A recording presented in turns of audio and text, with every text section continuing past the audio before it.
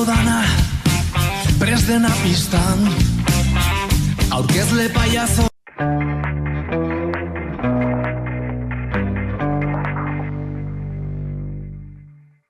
Telesaiak inoiz ez, sopan etzan da ez banago. Inoiz ez, kapitulu berririk ez maiteaz badago. Zatoz Euskaltelera eta orain Netflix eta Prime ere emango dizkizugu. Haze gogoa inoiz erabiliko ez duzun urrengoa zer den jakiteko. Euskaltel, zer nahi duzu bihar? Kaixo, Isabel Olortua naiz, basozaina naiz, baina hemen Zubirin lan egiten dut, Aezkoa Kintorraleko demarkazioan.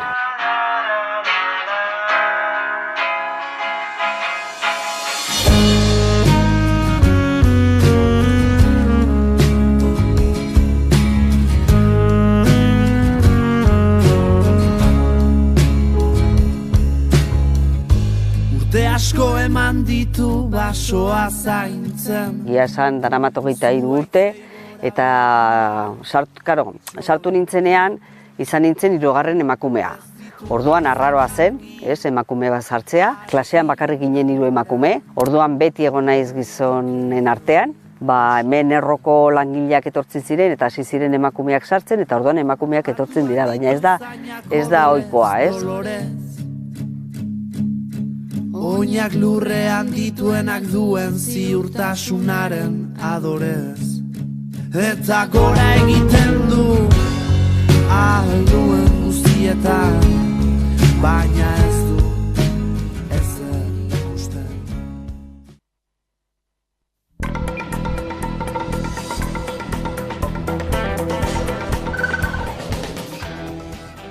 EH Bilduk eta Elkarrekin Podemosek argibideak eskatu dituzte Tolosan inauterietan ertzaintzaren oldarraldi baten ondorioz zauritutako gaztearen inguruan.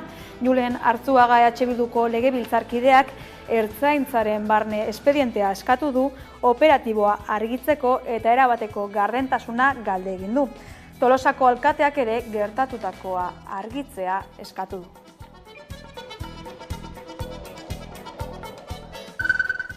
Arratsaldeon berriz ere grebara joko dute Arabako, Bizkaiko eta Gipuzkoako langile publikoek. Araba, Bizkai eta Gipuzkoako langile publikoek greba egingo dute martxoaren 12an. 3. lanuztea izango da, baina Satxek ez du babestu oraingoan. Sindikatuek salatu dutenez ez dago lan baldintzak hemen negoziatzeko borondate politikorik eta azken 2 urteetan 8% egin du bera langile horien erosalmenak. Urrian eta abenduan hasitako greba dinamikan jarraipena emanez, ELA, LAB, Komisiones, Esteilas eta SK sindikatuok martxoaren 12an grebara deitzen ditugu sektore publikoko langileak. Izan ere, aldundiek eta jaurlaritzak inoizko diru bilketarik handiena duten bitartean, sektore publikoko langileen lan baldintzak eta zerbitzua okertzen ari dira. Sektore pribatuan, mobilizazioa esker, sektoreko hitzarmen batzutan, KPI-tik gorako soldata igoerak lortzen ari den bitartean, sektore publikoan, Madrilek, Euskal Erakunde eta alderdi politikoen adostasunarekin batutari eusten segitzen du. Lan istripuetan Nafarroan zein berri dugu Irune Rejano? 26.000 lan istriputik gora egon dira 2023an Nafarroan, estatuko daturik okerrenetarikoak, aurten gainera urtarrilean 13 hildako egon dira Euskal Herrian, horietako 5 Nafarroan. Kiroletan munduko sokatira txapelketan dabiltza Euskal Herriko taldeak, ez da Irune? Antsoaingo herri kirol taldea, Suediatik 5 dominarekin bueltatu da. 3 juniorreko kategoriatan lortu dituzte eta 23 urte azpiko kategoriatan 4. Gainera, Basque Countryrekin 4 taldekide lehiatu dira eta urrea lortu dute. Gaurkoan, 53 urte betetzen dira Jose Arregi Karabaltxelgo kartzelan hil zenetik Espainiako poliziak atxiloketa epeak iraun zuen denboran zehar egindako torturek eragindako zaurien ondorioz. Ordutik, data honek torturaren aurkako borrokan erreferentzialtasun nagusia izan du Euskal Herrian.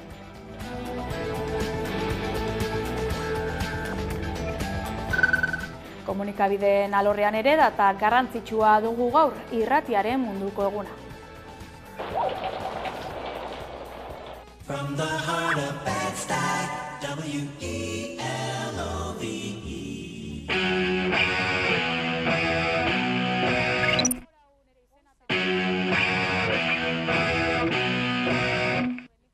Ikusita duka, amodio eta borrokoa, askoskoetan tatuaturik, baina ukabilka, ibiltzeko, atzakantzi behar dituzu, eta pasutan, amodioarekin, bestetan aldiz gorrotuarekin, eta pasutan, amodioarekin, bestetan aldiz gorrotuarekin, horrelakoa da, bizitza, egintzazu, behar duzuna, horrelakoa da, bizitza, egintzazu, behar duzuna, horrelakoa da, bizitza, egintzazu, behar duzuna, horrelakoa da, bizitza, egintzazu, behar duzuna, bati horixe da, gustatzen zaidan mugimendua, raparekin dantza orduko, dina berezeko txaskero, bakizauko, utzi zuela, jakitea, ez zaigu harrituko, bati raparekin, gustatzen zaidan mugimenduarekin.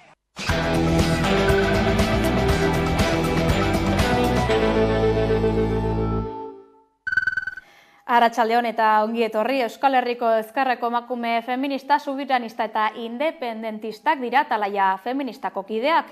Jatorri, eremu eta borroka politiko ezberdinetatik datozenak.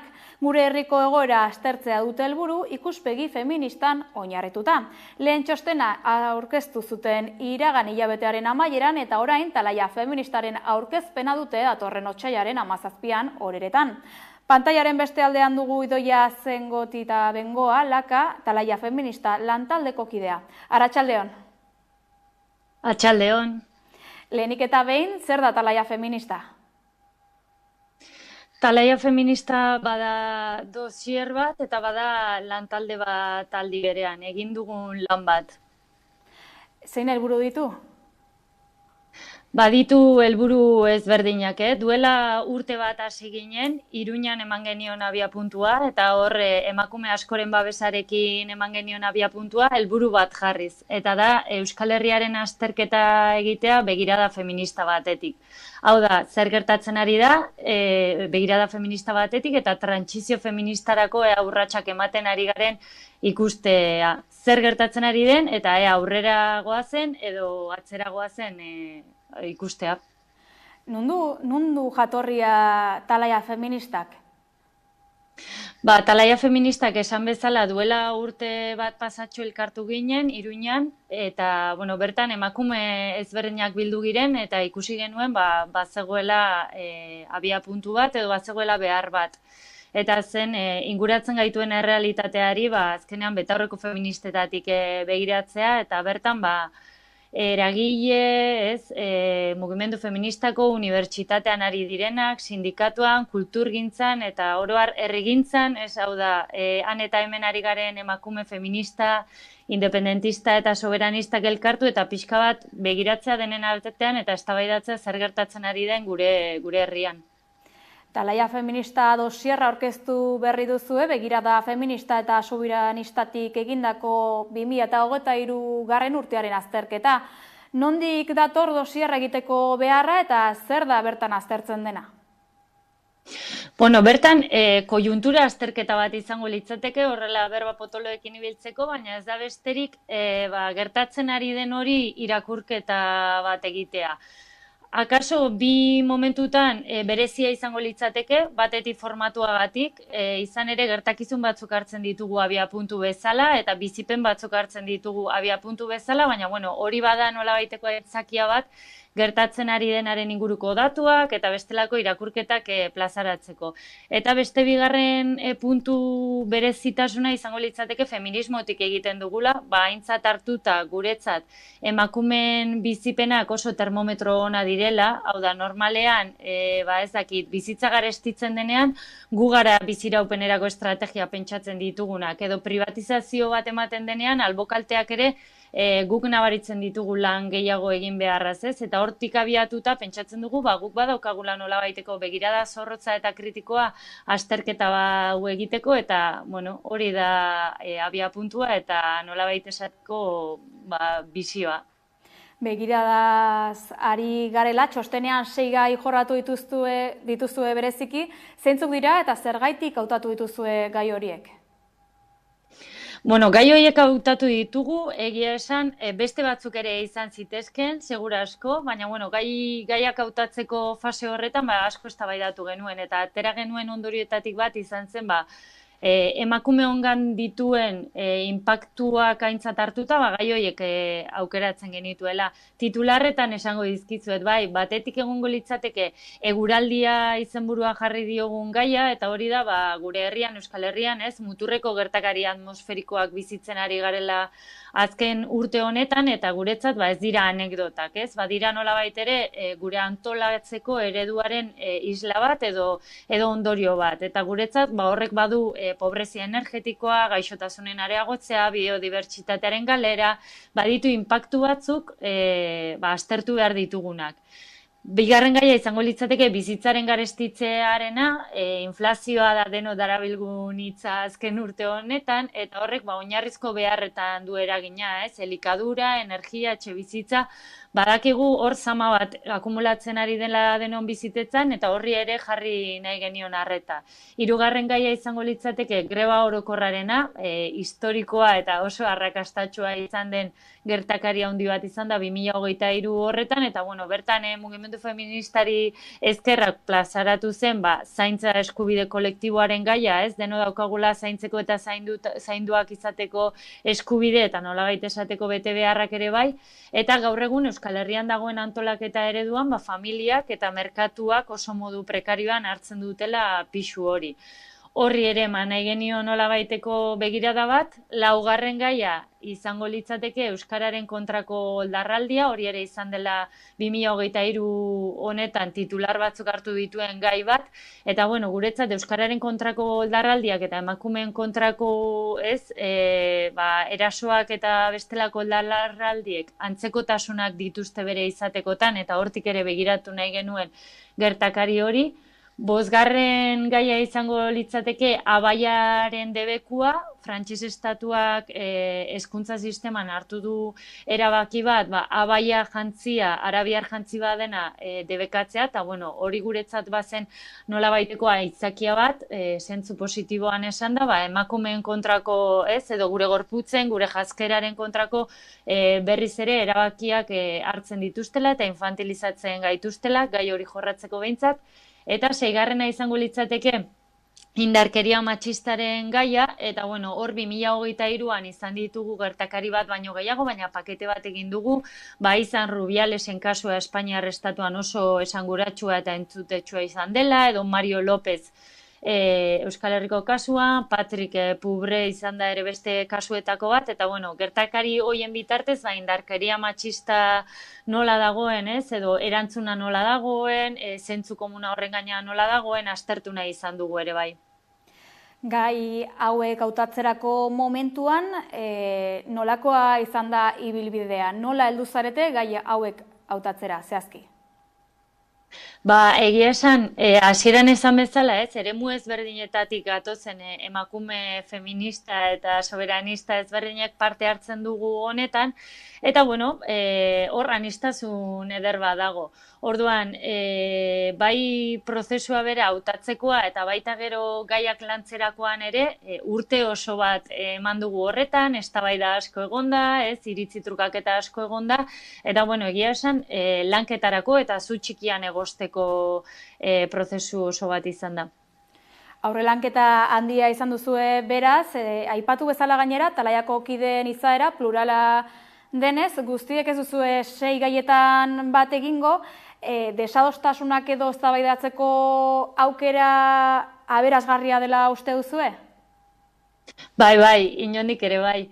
Eta gai batzuetan egia esan, badaude desadostasunak, identifikatu ditugu batzuetan korapiloak, identifikatu ditugu ere beste gai potolo batzuk, etorkizunera begira balitekeenak hartu beharko genituzkeenak, adibidez, zerbait esateagatik indarkeriaren kasuan ere gure instituzio publikoek, ez, eta kontutan izan da Euskal Herria 3 eremu administratibo ezberdinetan dagoela, eta beraz, 3 instituzio, ez, eta gai berari aurre egiteko 3 eremu ezberdin eta 3 begirada ezberdin dituztela, indarkeria matxistari aurre egiteko adibidez dauden protokolo eta bestelako politika feministak oso ezberdina dira 3 eremu horietan.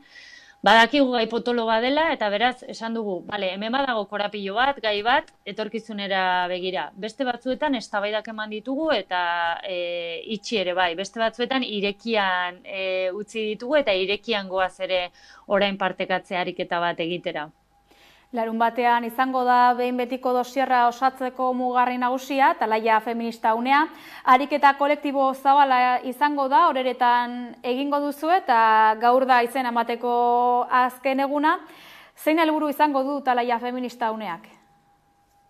Talaia feminista unera bagoaz dosier batekin zirriborro bat dena berez, esan nahi da, bildu garen emakumeok haulantzen heldu gara, baina gure asmoa bada, hasiera edo abiapuntu momentuan bezala, beste emakume feminista, independentista, soberanista edo ezkertiarrekin hemen landutako gaiak partekatu, eta hein batean hau aberastea, eztabaidak ematea, eta gaiak beintza sakonean lantzea, baita ere, ondorio kolektibo batzuetara iristeko, eta hori da ematen diogun helburua. Eta bai honetan, azpimarra jarriko nuke, lehen esandako ideia batetik abiatuz ere, azkenean, koiuntura azterketak edo zer gertatzen ari denaren inguruko azterketak egiten ditugunean, eta etorkizunera begira guretzat Euskal Herriak izan beharko luken ibilbidean aurrera egiteko ere, denok dugu zer esana, bakoitzak bere bizipenetatik seguraski asko du bizitakoa eta ez, pentsatutakoa ere, horregaitik izen ematea irekia da, denok gonbidatuta zaudete edo daude, behintzat, eta denon iritzia izango da guretzat oso aberazgarri eta beharrezko ariketa honetarako. Kontuan hartuko dugu beraz Talaia feminista unea, larun bat honetan izango da, baina aurrerantzean lanean jarraituko duzue. Zein izango da hurrengo urratsa? Bai, izan ere guretzat dosierraren helburua ez da azterketa hutsean geratzea, hau da azterketa borobileta huts bat egitea, baizik eta bada batetik gai hoien inguruko eztabaidak ematea, eta hori ja esana dugu, baina baita ere gero hor ateratzen diren ondorioak nolabait esateko berriz jendarteratu behar dira gure iritziz, ez? Eta jendartera zabaltzeko unea irekiko dugu, bere osotasunean esan nahi dut gai hauek eztabaidara ekarri nahiko ditugu, jendearekin eta eragile ezberdinekin ere egon nahiko ditugu, baina baita ere, azterketa horietatik ateratzen diren ondorio batzuk interpelaziorako puntuak izango dira, ere bai, dagokionari kasuan, baina bai, ondorio batzuk apuntatu ditugu gorrian, interpelazio edo behintzat kontutan hartzekoak izan beharko liratezkeenak etorkizunera begira. Azken galdera honekin, amaiera emango diogu elkarrizketari, esker mila Idoia Zengotita Bengoa, Talaia feminista lan taldeko kideak, gaur gurean biltzearren. Eskerrik asko zuei. Albistegira itzuliz, bi sexu eraso salatu dituzte Azpeitian eta bertan bera utzi dituzte inauteriak. Gertatutakoa salatzeko elkarretaratze jendetsua egin dute herriko plazan.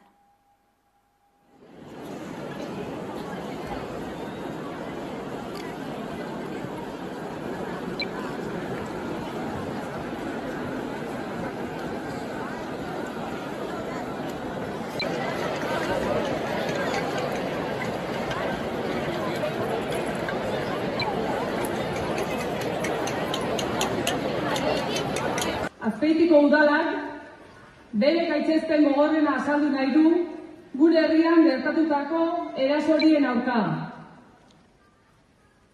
Emakumeen aurkako indarkeria egiturazko arazo bat da. Eta emakumeak kontrolpean eta mendean izatea da haren helburua. Indarkeria hori ez da ekintza bakartuen edo azalpenik gabeko gertakarien emaitza.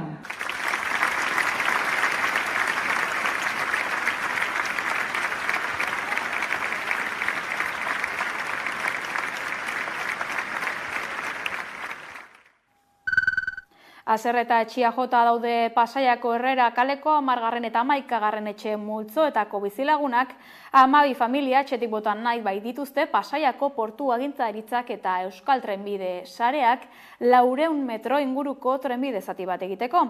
Portua Euskotrenen ibilbidearekin lotu nahi dute Europatik datozen bobinak Durangora bidaltzeko.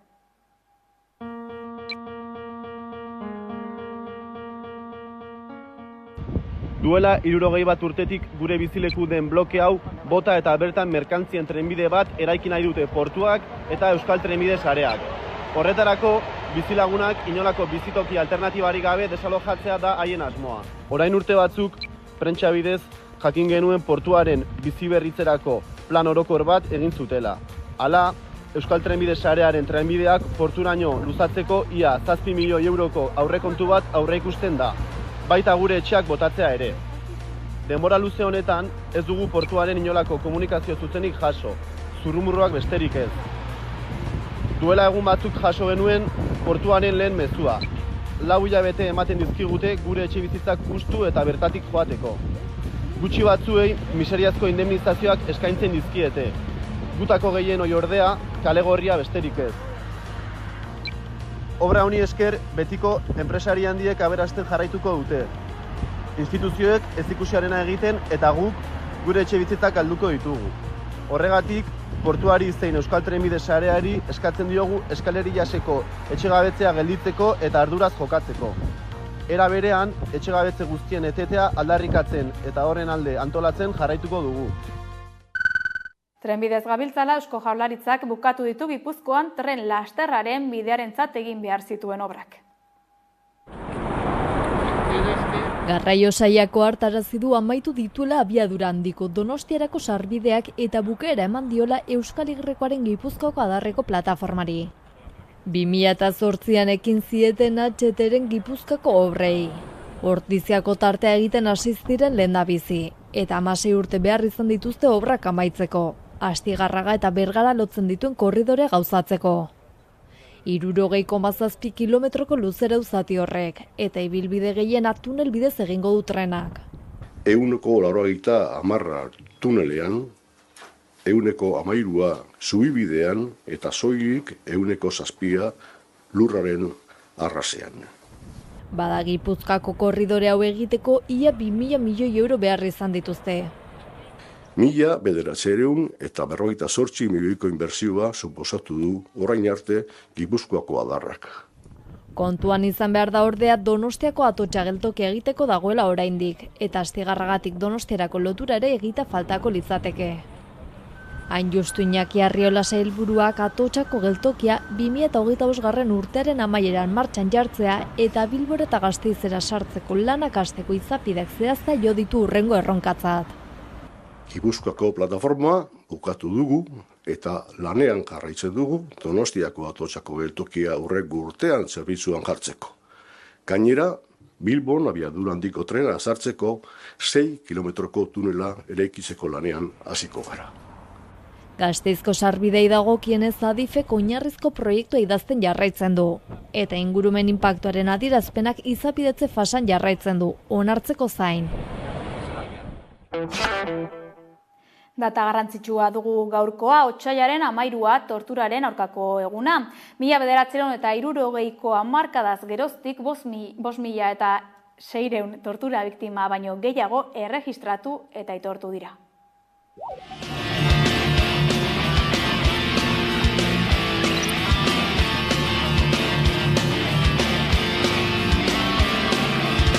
Komunikabideetan dena estaltzen saiatuaren jadanik alfonbrapean hauts gehiegi ezkutatu dute udariak hipotzea ondordaindua dagoen sistema edo non agertzen zaigu tortura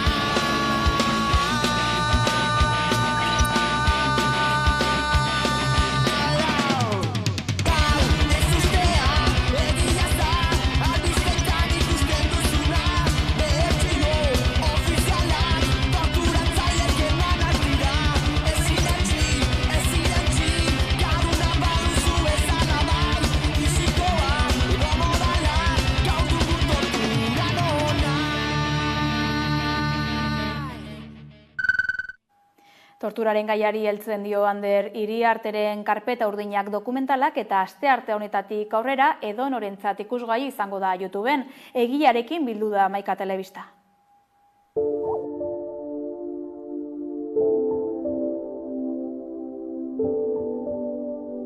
Bazan 2016an inguruan, eta nila giza eskubideen inguruan lan egiten egin nintzen, batez ere Euskal Gatazkan inguruko lanekin.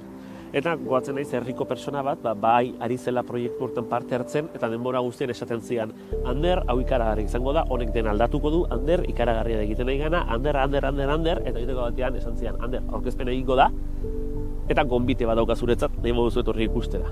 Eta nik goatzen ez, nahi amets gaizto okerrenak askogatik superatu ziala. Osea, desborda bentzian hangoak.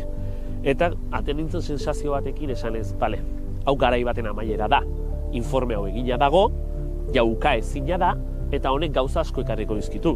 Beste erreparazioa, eta egia baita ere, eta gizartaratzea. Eta konturatu nintzen, gauzaiak ez ziala etortzen. Eta nolabait ulertu nuen, ez informea egin zutenak, baina informea enkargatu zutenentzat, bazirudien ura amaiera zela. Objektiboa zala informe hori egitea. Eta beste aldetikan ere gizartea etzela kalera ateratzen eskandalizatua, informe hori irakurtzeko oso komplikatua darako. Eta hor, hartu nuen garai hortan ukan amorru guztia, eta esan nuen, bale, orduan dokumentala egingo dut, saiatzeko informe horrek esaten duena kalera eramaten.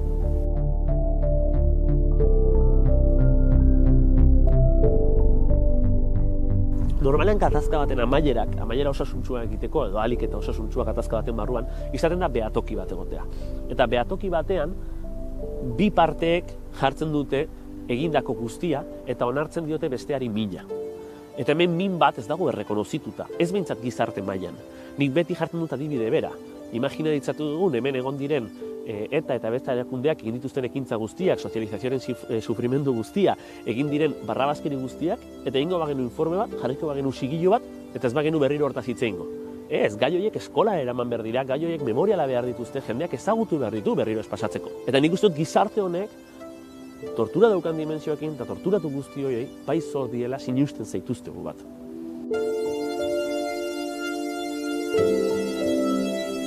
Bai, dokumentala egin dut, baina ez dakit niri dagokidan zabaltzelan prozesu hori egitea. Eta orduan hor daukan nik apur bat sensazio gazi gozoa. Baina, hortarako gaude, eta hortarako botako dugu orain Amaika Telebistan, eta baita ere, otsailaren 13an hartu dugu erabakia. Guk beti izan genuen argi dokumental hau lortu zituen babesengatik gurea zala, eta, agien ez genuela zinema komertzialetan estreinua egingo, baina horrek bazeukala helburu bat. Eta hori zala, aste arte honetan liberatu alizateko, sarean jarriko dugu, YouTubeen jarriko dugu, nahi duenak ikusteko, eta, alik eta gehiena zabaltzeko.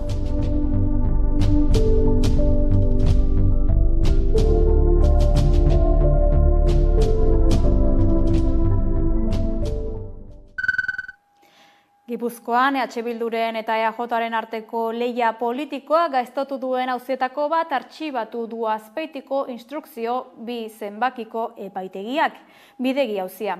Epaitegiaren arabera ez da frogatu AP bat autobideko obretan diru publikoa bidegabe erabili zenik. Orain, Bilduk helegite jarri dio auziari.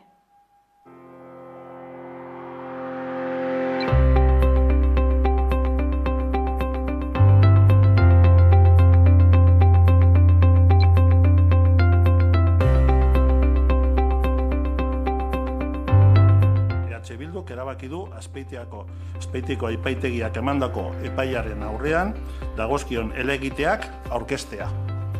Auzitegiaren aurrean helburu argi batekin.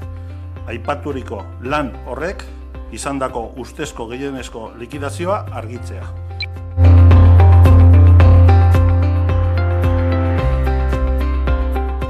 Biak ala biek beraien karguei zor zaien inpartzialtasunari muzin egin diote eta irmoa ez den epai baten aurrean egonik nahiago izan dute alderdikeriaz gidaturiko estrategia aurrera eraman.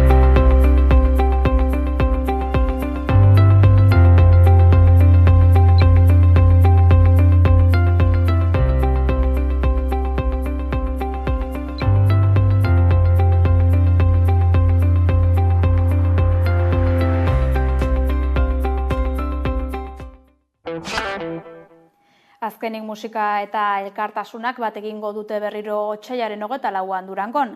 Ez galdu.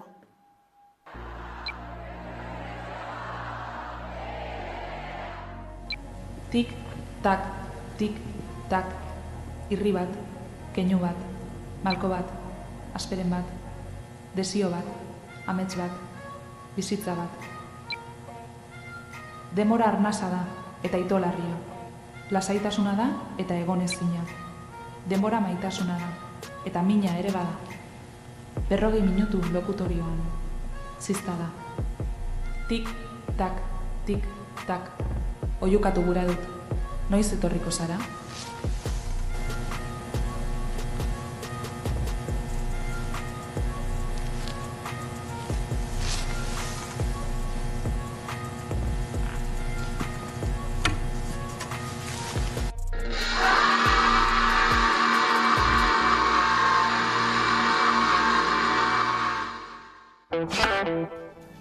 Azken albiste honekin, heldu gara albistegiaren amaierara. Hauek izan dira momentuz jaso ditugun albisteak, hala ere informazio gehiagorako badakizue. Sartu hamaika.eus atarian laster izango gara bueltan, albiste gehiagorekin 8:30.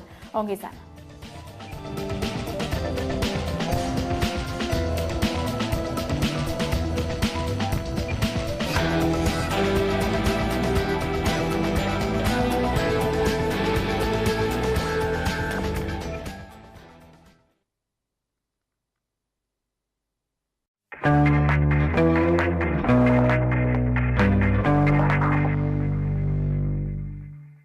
Telesaiak inoiz ez, sopan etzanda ez banago. Inoiz ez, kapitulu berririk ez maiteaz badago. Zatoz Euskaltelera eta orain Netflix eta Prime ere emango dizkizugu. Haze gogoa inoiz erabiliko ez duzun hurrengoa zer den jakiteko. Euskaltel, zer nahi duzu bihar? Langileak, familiak, ikasleak. Lankidetzan Euskal Herri osoko 114 ikastolei bultzada emanez. Gu ikastola. Zu? Urari urrezko dominak irabazi dizkiogu, Michelin izarrak, artea eta industriare bai. Baina uholdeek dena bereganatu dezakete. Horregatik, urarekin dugun bizikidetza positiboa izan dadin lan egiten dugu.